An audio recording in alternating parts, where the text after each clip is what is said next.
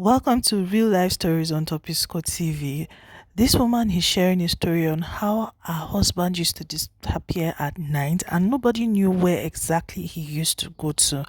Anyway, diamonds, like this video. If you're not yet subscribed to the channel, it's going to be a very long one. Subscribe to the channel, relax, get anything that will make you relax, and let us get into this story. I'm going to be in the comment section while we talk about everything we're going to listen to in the video.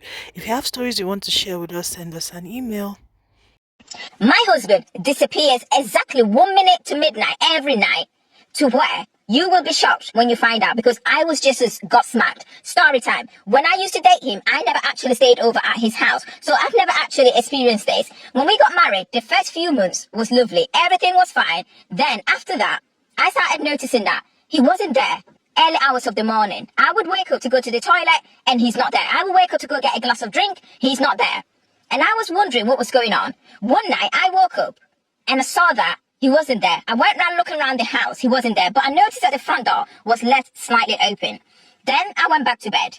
He returned back the next morning and I asked him where he had been. He looked at me and said, "You must be dreaming, because I was next to you all night."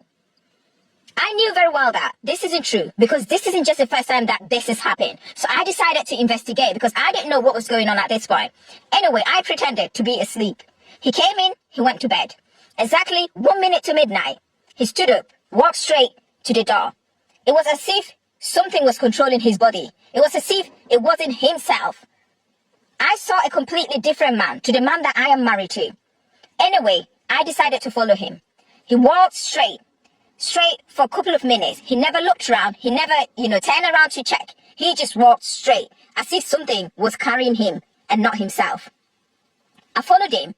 He went through these houses and then into this dark, narrow way. I didn't even know this place existed. Then I had to put my lights on to follow him. And guess what? When I looked up, I didn't see him. But I turned around to go back. On the ground, I saw this glowing sign on the ground. And something within me said, "Don't step in there." I quickly moved back. Then I ran back home. I went to bed, I couldn't even sleep.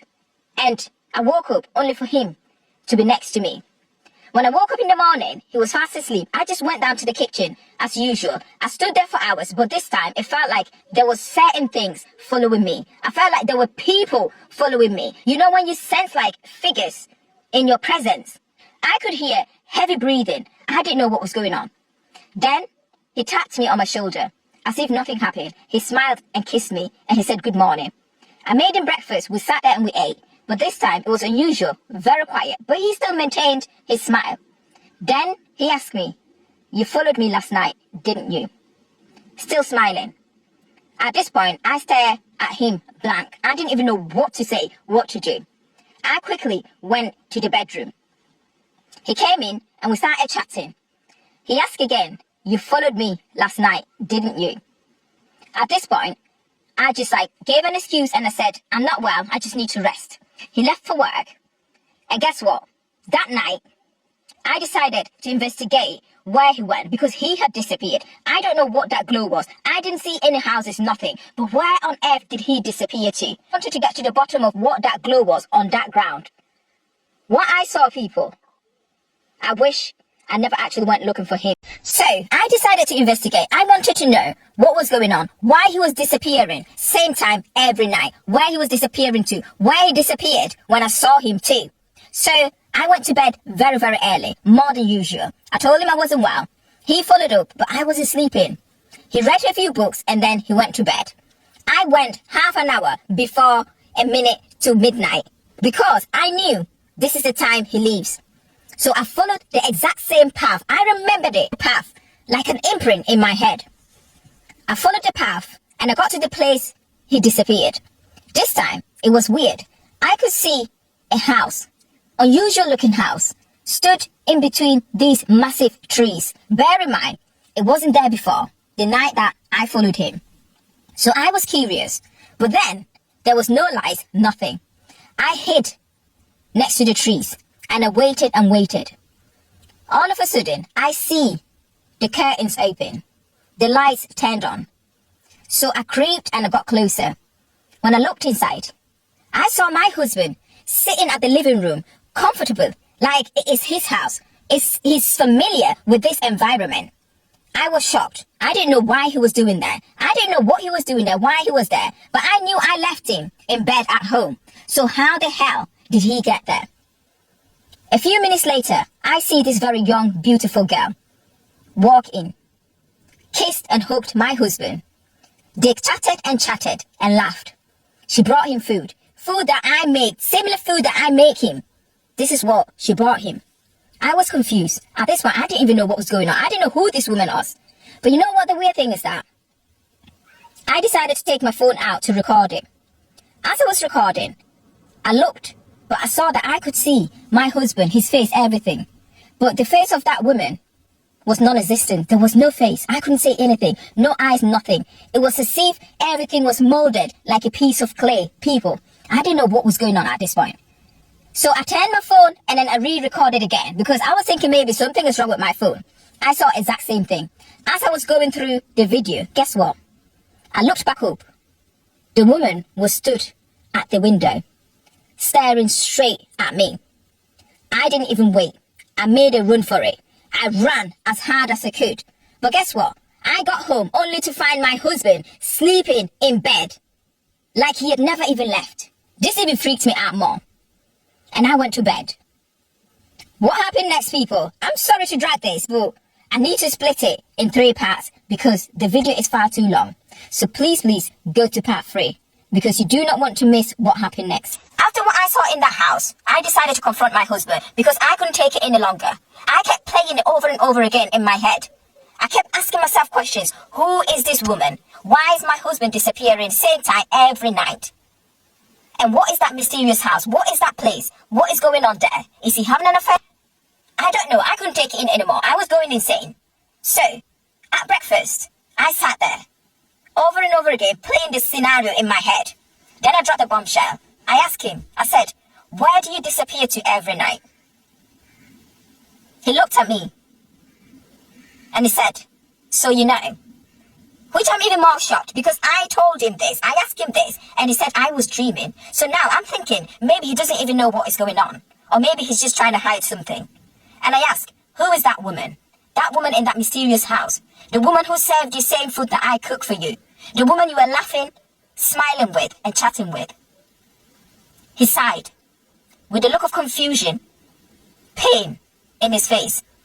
He told me that, dear, I do not have any memory of this woman. I can never remember her face. I can never remember what happened during those hours. He said this all started a few years ago when he found himself waking up at strange places. Places that he's never been. Then he started waking up to find mud on his feet. His fingers smelling of strange smell. Smell that he's never ever knows where that comes from. And that house, he doesn't know how he gets there. So now, I knew something was not right here. So I held his hand and I told him, dear, we are in this together. I'm going to come with you tonight and we will confront that woman, whoever she is. But before that, I told him, why didn't you tell me this before? He said he was scared because he didn't know what this was. And by opening up to me, telling me about this, maybe she might come after me. So he wanted to protect me, hence the reason why he never told me. And I believed him. I believed him because the look on his face, it told me everything that I needed to know. Before that, we prayed so many different Bible verses. We prayed for hours and hours. Then, night comes, and we left the Bible open at home, with a prayer, praying in the background. Exactly a minute to midnight, he stood up, as usual, like some forces is driving him. He walked straight to the door, no blinking, no sign, nothing. I followed him. He went through the same route, same path. This time, it was even more stranger and weirder. The house had lights. The door was open. The lady was stood outside, this time barefoot, as if she was expecting us. We got there, and she said, I'm glad you both came. Then I'm looking confused. My husband asked her, who are you, and what do you want from me? She smiled and said to him, I'm your wife, and you are mine. I looked confused. My husband replied back to her, but I have only got one wife, and she stood right next to me. And I do not know you. Then she soon frowned. With this dead look on her face, staring straight at my husband, she said, but your granddad made a deal with me. She took out this beaded bracelet, and she said, this belongs to your granddad. He made this deal years ago, and any firstborn son in his family line belongs to me. Automatically, they are my husbands, and you are mine. And you must stay with me fully. I asked her, so what do you want me to do? Because he's my husband. She said, I'm giving him two options. Stay with me fully. You will keep everything. You keep everything. Life goes normal.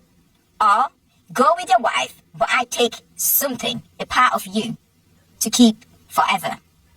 At this point, I knew this is a spiritual debt my husband's grandfather took, and I knew this doesn't look good. My husband turned around, looked at me, and said, not to worry, I'm staying with you. I'm not going anywhere.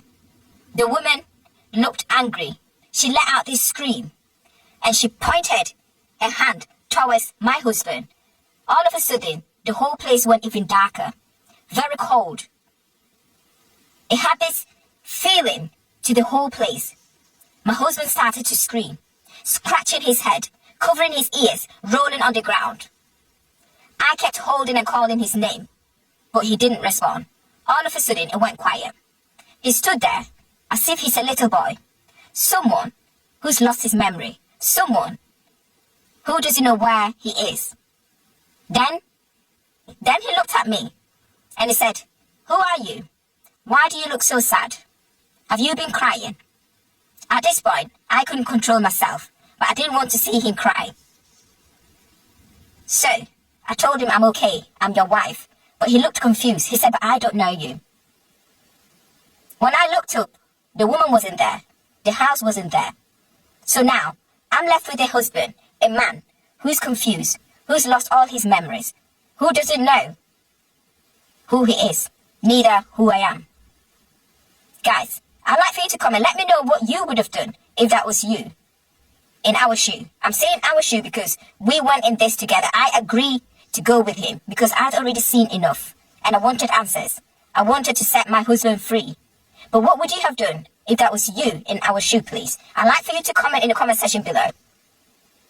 Drop your opinions, your ideas, your thoughts on this, please. It's much appreciated because I will definitely be reading them all. Thank you.